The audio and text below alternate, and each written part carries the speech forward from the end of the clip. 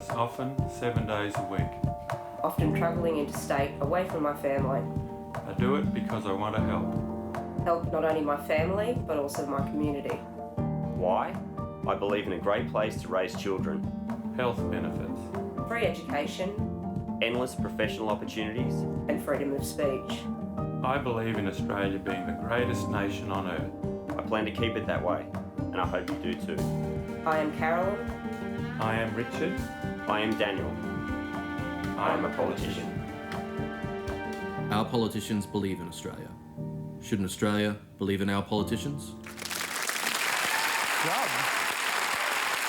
All right, Lucy, where did you cast your vote? So we came to the conclusion that pollies are people too, and they're just trying to do the right thing. Let's have a look. Oh, you said you were going to mow the lawn. Oh, it's raining outside, so I thought I'd clean the kitchen. Oh, my God. You're such a flip-flopper. I don't know how I can trust anything you say anymore. I'm getting a divorce. G'day, mate. Spare some money for the environment? Oh, yeah? No, spare some money for the hospitals. We need more beds. Well, we need more trees. That's ridiculous. Global warming is happening. Air is important, too. I like trees. Save the seal! There you go. Oh, we don't want vegetables. Chocolate wood. I'm just trying to do what's best for you. Imagine if every choice you made pissed off half of Australia. Let's give our pollies a break.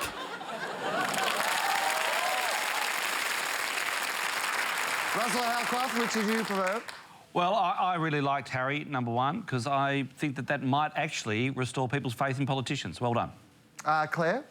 I'll go Lucy number 2 because it really, really rung home. I love the phrases in it. Toby? Lucy number 2, I agree with you. And last but definitely not least, Todd? I like how they made us the problem as opposed to the politicians, so I'm also going with number 2. Oh, congratulations, number 2.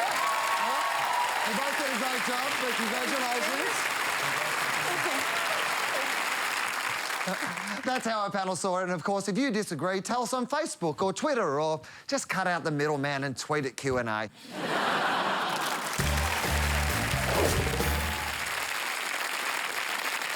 Pizza, a topic so cheesy it only seems fitting to circle right back to Donald Trump. It's wrong, isn't it?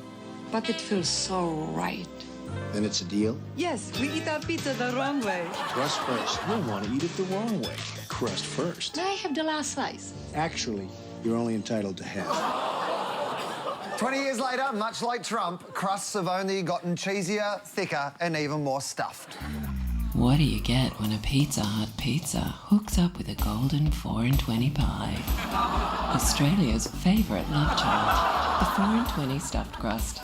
Get it delivered today. What do you get when a pizza hooks up with a pie?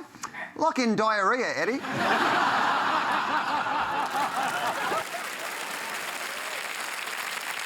That is not the love child of a pizza and a pie. I think that pizza was sleeping with a petrol station. It doesn't even look good, and it's probably had $1 zillion of food styling. Claire, what is the purpose of these sort of food stunts? I don't know, I'm a bit transfixed by the pizza pie thing. So it's really interesting. Essentially, it's 2 brands coming together to create an entirely new product. And that's awesome because, firstly, it is a reason for people to go back into your restaurant and try it. It's something new they haven't seen before. People seek an adventure when they eat food, so that's a great thing too. But also, moreover, it's really hard sometimes to get talkability around a fast food joint. So what this does is it's a news piece. I mean, that is new news. And new news or novelty doesn't just capture your eye, it actually captures your brain. Like, it triggers a sense of curiosity and a sense of exploration. It actually boosts dopamine as well. So people actually go out to try and eat this product. And those businesses are promotional businesses. So they have their regular products, and then they put in promotions throughout the year to spike sales and get people in, because they know that once people come in, they're probably going to get other things while they're there. Pizza Hut used to be market leaders. They're now half the size of Domino's, who make more profit per store. So they're shrinking and they're in trouble, so they're trying to act like a challenger brand. That's what they're doing here. This is outrage management 101. You come up with something outrageous, try and pick a fight with the health authority about it, and you multiply your promotional budget incredibly. You have to give them full points for innovation and creativity, don't you? No, I mean, you do. because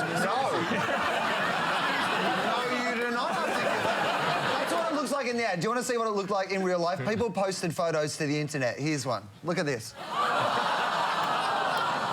I believe the first one. Pizza Hut already has given us crust stuffed with Vegemite, cheeseburger, Doritos and hot dogs. There's also an entire subculture of YouTube videos where the finest food critics sample these creations.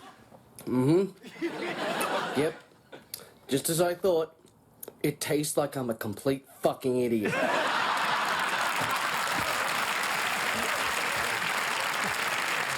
You should get him as a judge for MasterChef. Now, Russ, we always try to declare conflicts of interest on this show, and you're the only person on this panel, I believe, who owns a pie factory. Yes. So...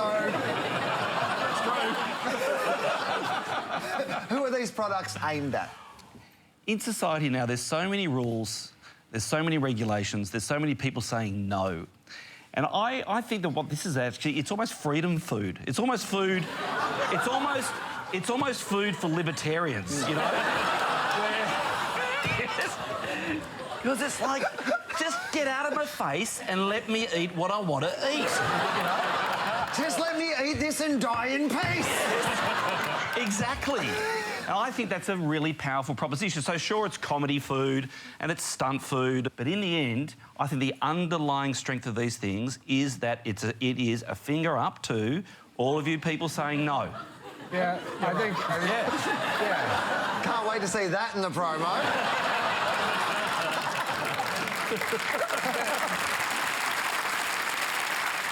The whole product development around crust is an interesting one. It's a classic marketing solving a problem we didn't know we had. So what they found is that people were throwing away a lot of crusts.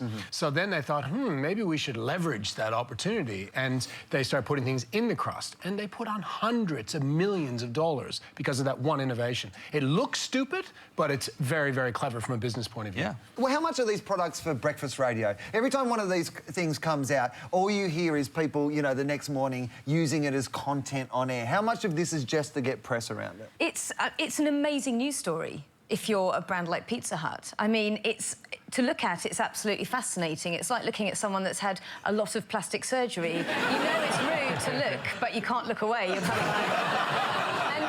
And it's a great thing to sell into media. I mean, who's ever heard of a pizza with pies in the crust? Exactly. You know, it's a completely easy sell. They would have got loads of coverage, and it is extremely shareable. You can imagine sending it to your mate going, oh, we've got to do this tonight, boys. Yeah. You know? Can you imagine? It certainly captured the stoner mark. It's amazing to think about the effort that it must take to actually make that happen.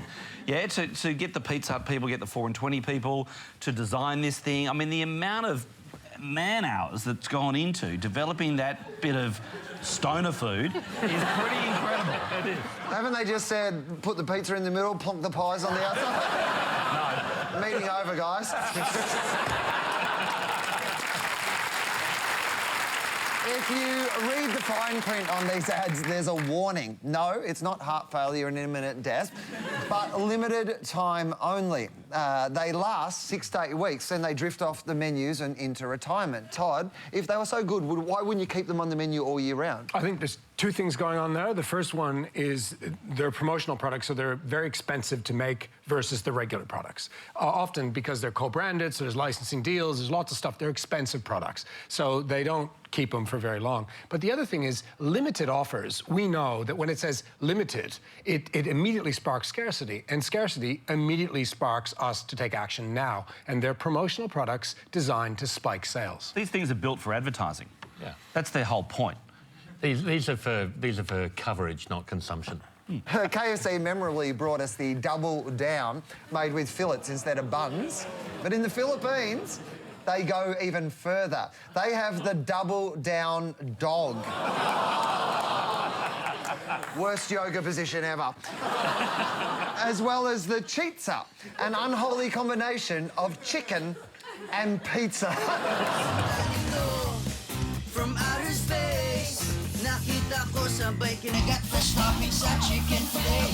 Nasarapan tumorder pa, chizza pie na sobrang box ng chizza pie. Di basta pizza, di lang din basta manok. I will survive. No, you won't. You can't advertise tobacco, but you can advertise food. You'd probably be better smoking than eating. Toby, don't fast food companies have some responsibility not to kill us? As a broad general principle, it's a bad idea to kill customers.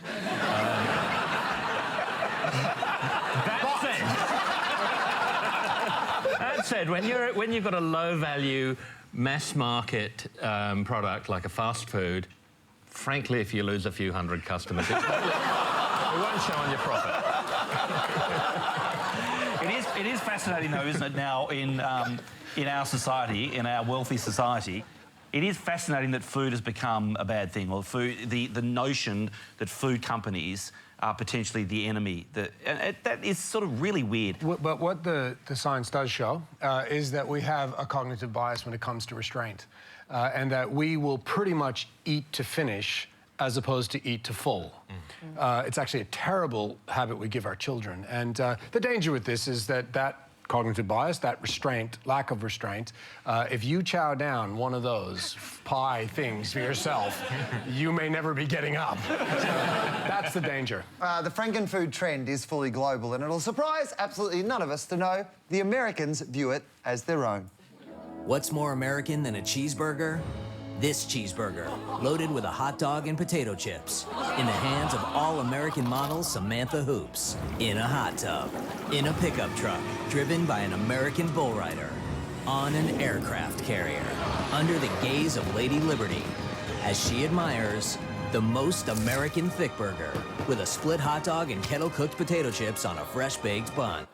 Of course, if that truly was the most American thick burger, it wouldn't come on a bun, it'd come on a gun.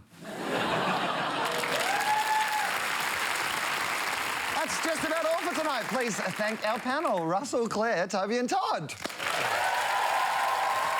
Tonight, we leave you with the latest crack at the title of Best Local Ad of All Time.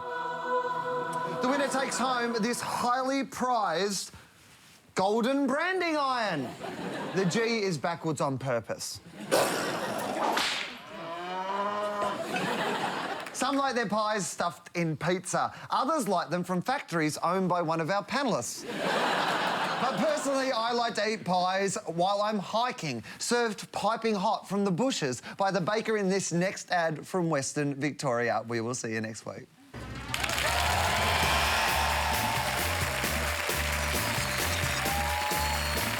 It's a treat to eat at Greg's Bakery.